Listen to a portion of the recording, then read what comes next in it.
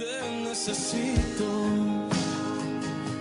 porque mi alma hoy, Señor, está sedienta,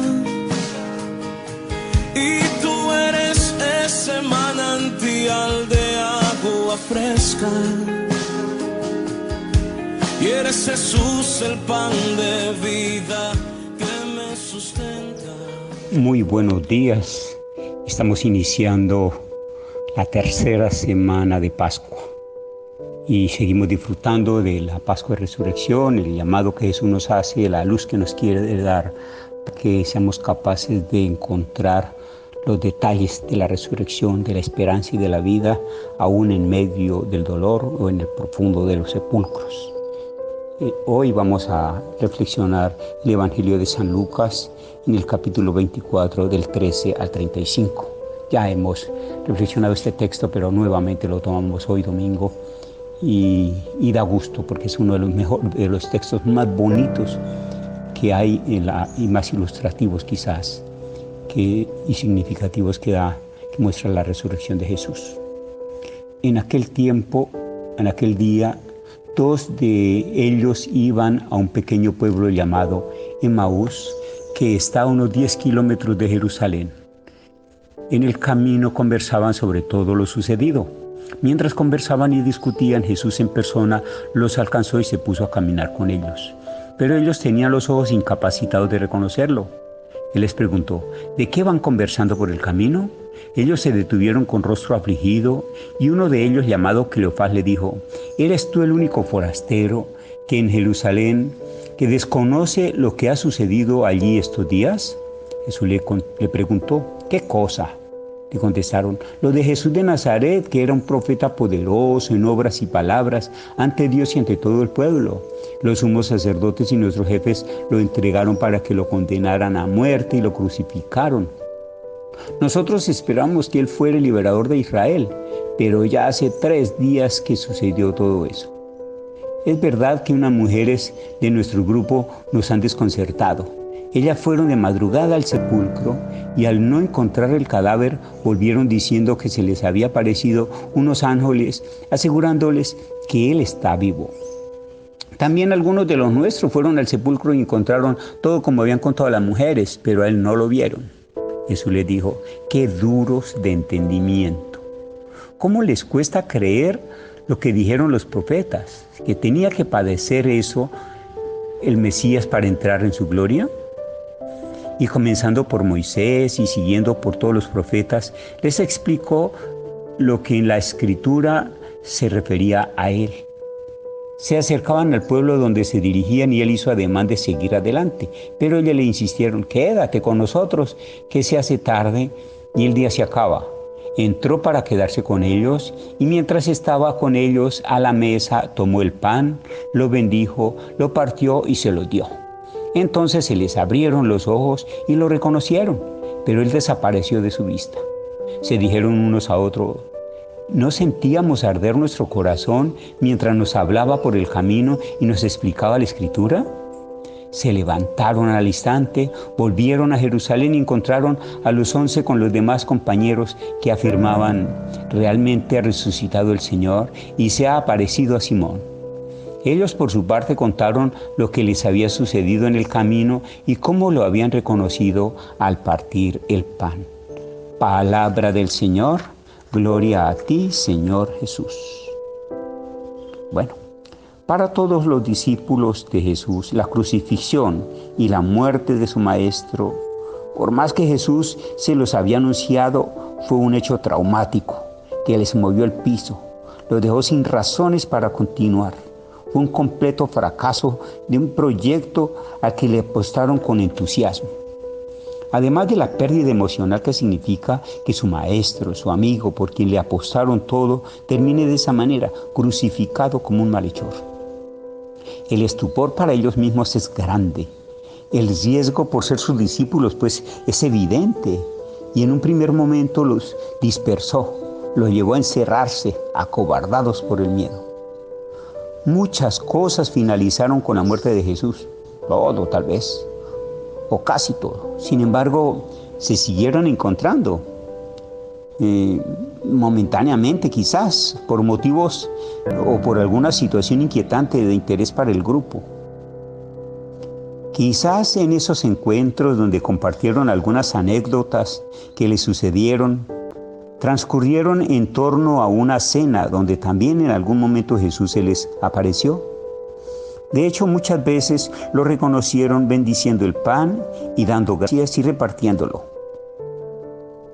Hablar de los acontecimientos dolorosos, de noticias apremiantes y mucho más, si son negativas, parece tema muy común a los encuentros entre amigos. El camino de los discípulos de Emaús es precisamente el desconocido que se les suma al recorrido, les hace hablar un poco más, les pone método, sistematiza el diálogo y le pone orientación. Así, cuando los discípulos terminan de hablar sobre su realidad dolorosa, este desconocido que encarna la presencia de Jesús les ilumina el contenido de su diálogo desde la Escritura, que les da la parte fundamental de su fe. Con la presencia del desconocido, los discípulos tuvieron que retomar el tema ante la pregunta de qué venían conversando por el camino. Con el rostro afligido, quieren manifestarlo todo. Él es reiterativo. ¿Qué fue lo que sucedió en estos últimos días? Y entonces tuvieron que relatarlo desde el principio, ponerle detalles, mostrar sus sentimientos, dando sus opiniones, hasta los mismos detalles de la mañana de ese día. Entonces Jesús, a través de ese extraño acompañante, les hace entender que todo eso está dentro de lo previsto y anunciado, que la voluntad de Dios habla en esos acontecimientos, que quien se acoge a su voluntad solo tiene ganancias, que Él va a estar presente todos los días hasta el fin. La estrategia utilizada por Jesús con aquellos afligidos discípulos fue encaminando desde su reconocido y resaltado dolor hasta encontrarle luces, sentido al acontecimiento, hasta transformarles su aflicción en entusiasmo, su tristeza en alegría. La transformación de estos discípulos es total, tanto que fueron a contárselo a los demás discípulos, quienes ya habían tenido su propia experiencia, vivían su propio proceso. La condición de quienes hoy nos encontramos viviendo estas situaciones no es tan lejana como la de aquellos discípulos. Tenemos una enorme tendencia a escuchar noticias negativas y fatales, a fijarnos en lo dañino, en lo destructivo, hasta del confinamiento, y hablamos en contra de la señora, en contra de los hijos, en contra del carácter. De la pandemia mundial, los muertos, los contagiados, el avance, la resistencia del virus, el miedo que genera, la caída económica que representa, el desorden político, la improvisación, el hambre, el desorden. Pero si vamos a nivel vecindario, igual, la sospecha contra familias, el juicio temerario en contra de quien haya sido infectado, el querer agarrar a piedra a la casa, el rechazarlos, la discriminación. Pero si nos transportamos al plano familiar, pues quizás también quisiera contemplar el ambiente en que ustedes viven, los gestos y los gritos amenazantes, el descontrol del genio, el retraimiento de los acomplejados por ahí en un rincón, en un sillón, callados, sin decir nada. Y más que ustedes mismos conocen más que yo. Dejar las cosas en ese plano negativo es nuestra costumbre. Nosotros dejamos las cosas ahí y no las volvemos a leer. Quizás por eso negativo se acumula y se vuelve enfermizo y nos hace daño a nivel físico, a nivel emocional, a nivel espiritual. Por eso nos da depresión, tristeza, angustia, porque nos hemos quedado ya en ese plano y no hemos hecho la relectura. Es quizás dejar a los discípulos en su aflicción. ¿Qué fue lo que les sirvió a estos discípulos? ¿Qué les cambió su aflicción en entusiasmo? Pues el encuentro con el resucitado.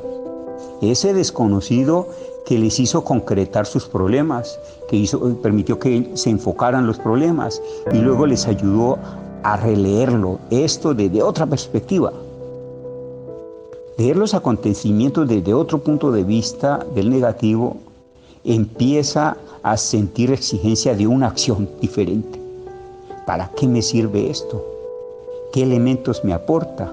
Y empieza como a permitir que se brote una sonrisa al ver que hay otras posibilidades y que eso me puede ayudar, me puede dar elementos para una acción posible.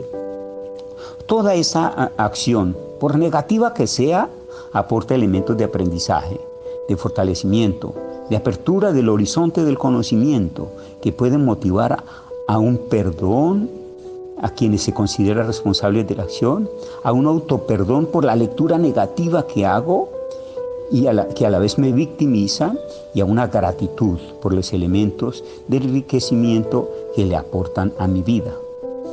Para eso es necesario hacer la lectura y permitir que sea Jesús el que me vaya acompañando ahí. Quizás cuando utilice el perdón, el autoperdón y la gratitud como punto seguido a una transformación de la lectura negativa, iré sintiendo cómo se va transformando mis tristezas en alegrías, mis aflicciones en entusiasmo, mucho más. Si hago toda esta lectura sintiendo que es Jesús resucitado quien me anima a avanzar en ese camino.